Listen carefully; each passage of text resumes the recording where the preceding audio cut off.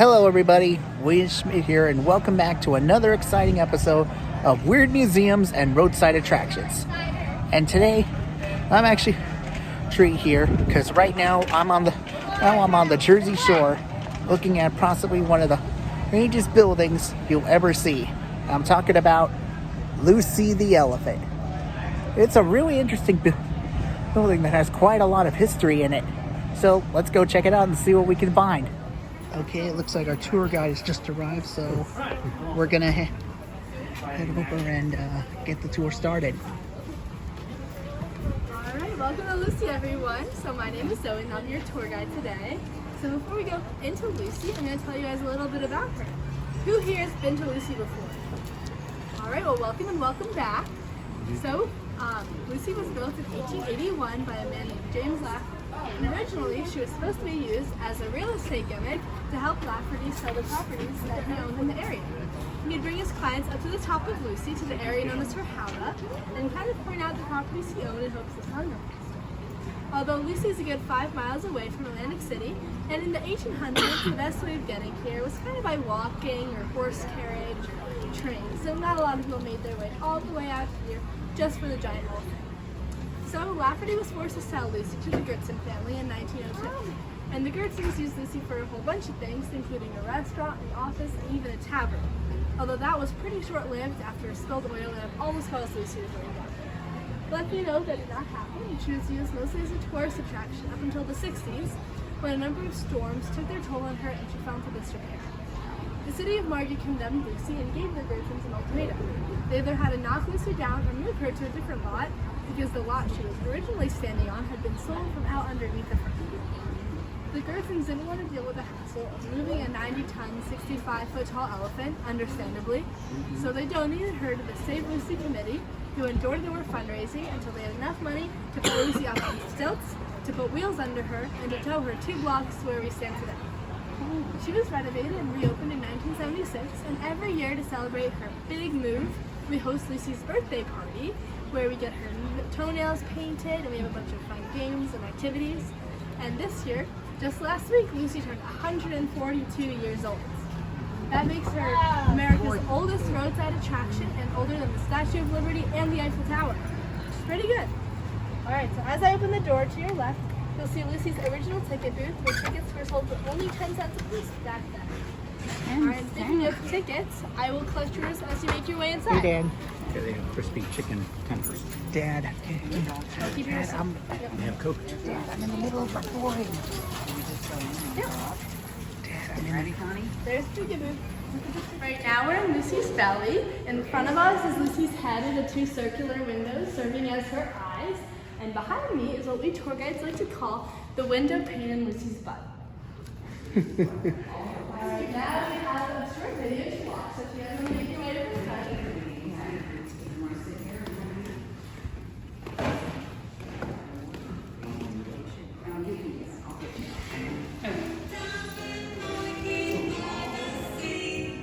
Welcome to Lucy the Elephant, the National Historic Landmark and the oldest roadside attraction in America.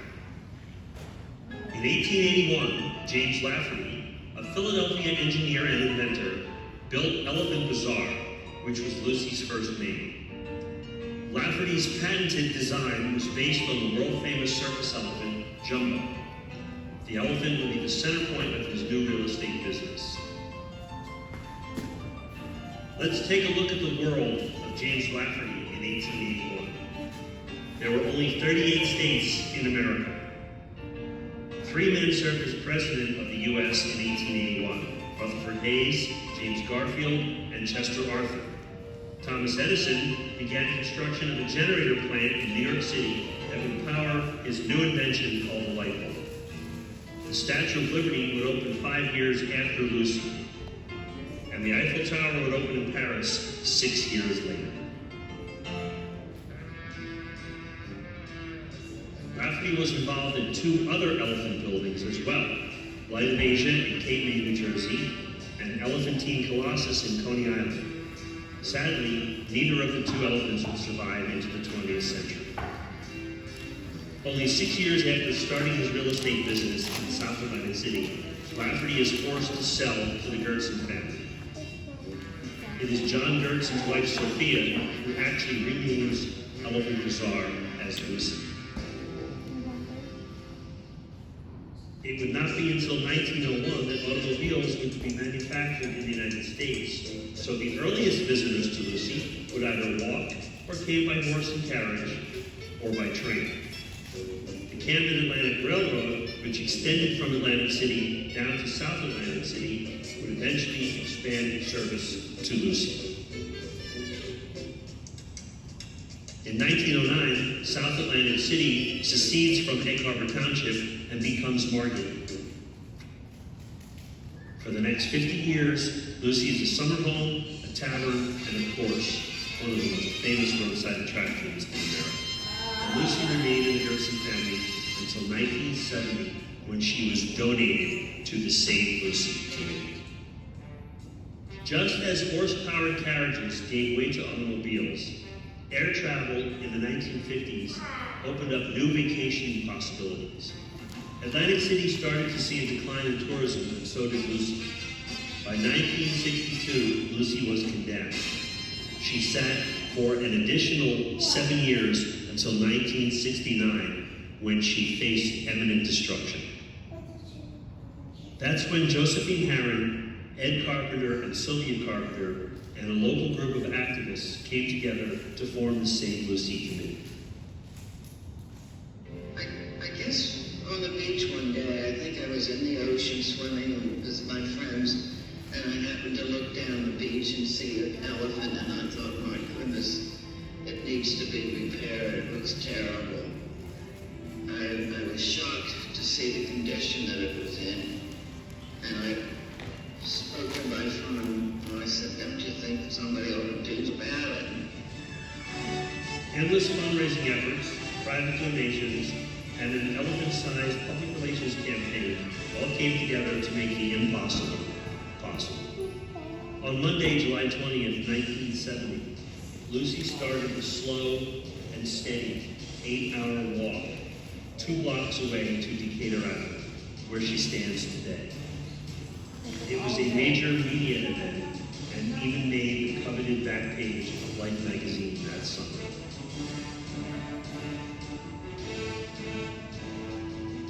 Now the real heavy work began to restore Lucy. 4 more years and Lucy finally reopened to the public. In 1976, Lucy was granted the honor of being designated as a National Historic Landmark. Visitors often ask, what is the biggest challenge in caring for Lucy the elephant? The answer is simple: the weather. In 1929, a storm destroyed the original riding carriage on Lucy's back, known as a howdah. In 1944, the Great Atlantic Hurricane that washed away the boardwalk in front of Lucy also destroyed the Turkish pavilion known as the Elephant Hotel. Following the March storm of 1962, Lucy was closed and condemned. In 2007, Lucy's howdah had to be repaired after being struck by lightning. In 2009, Lucy's tail had to be repaired from a severe windstorm.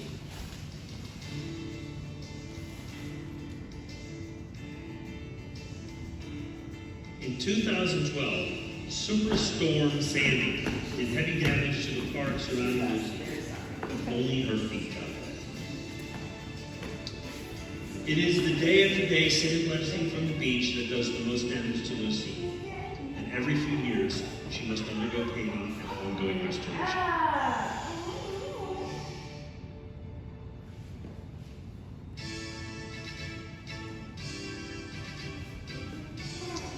Every July, thousands of people come to celebrate Lucy's birthday, commemorating the great woman down the block in 1970. It's an elephant-tastic day of rides, games, fun, and of course, birthday cake and donuts.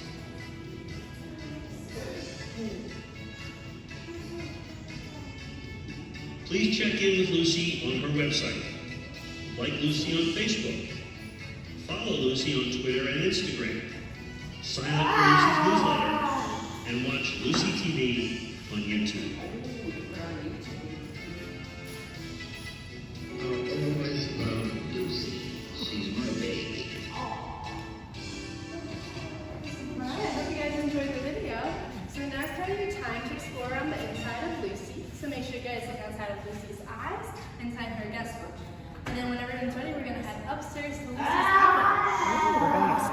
And now we're on the Huda, which is the little Indian tent on top of Lucy. You can see all sorts of stuff over here. Over here, you can see way over there, there's Atlantic City over there. There, and here's more of Margate. And look, right over there on the water tower, there's a little painting of Lucy right there. Because of how big of a part of this town that Lucy is. 5 feet up, which is pretty high. And then you can see Atlantic City with all the big buildings. And then Ventnor and Margate with Lucy's water tower over there. Lucy. Then Longport, and then Ocean City in the distance. Yeah, we're actually going there after this. 25 miles from up here on a clearer day. It's pretty good. And then this building over here actually stands on the lot where Lucy first stood before she was moved. So they towed her along Atlantic Avenue. And it took just why we have an elephant crossing sign. So it took Lucy 8 hours to walk 2 blocks. It would probably take us about 5 minutes. So wait, this could on a minute? Yep.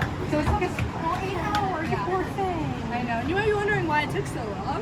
So not only is she 90 tons, but she's also taller than all of the wires on the street. So all this had to be taken down and put back up the day she was moved, which is a big reason it took so long. Well, what do you expect? In fact, electricity was just getting started like around the 60s and 70s, so Exactly. it was becoming more readily available. So I have these cards that say that you climb Lucy, and they also have money for the Upseekin Lighthouse and the Steel Pier. I'm going to Ooh, keep this nice. I climbed you, Liz. And there you have it, Lucy the elephant, originally built as a hunt to sell real estate. Now one of America's great landmarks and one of the oldest roadside attractions in the history of this great country. And now a place that you could check out on yourself. Not only does Lucy have a website, www.lucytheelephant.org, but she also has a Twitter, Facebook, and Instagram account, and even a YouTube channel. So check those out if you want to learn more. But until then, stick around. Well, out here on WSN for more stuff. Be sure to like, subscribe, and hit the notification bell when I bring up new videos. So until then, see you next time.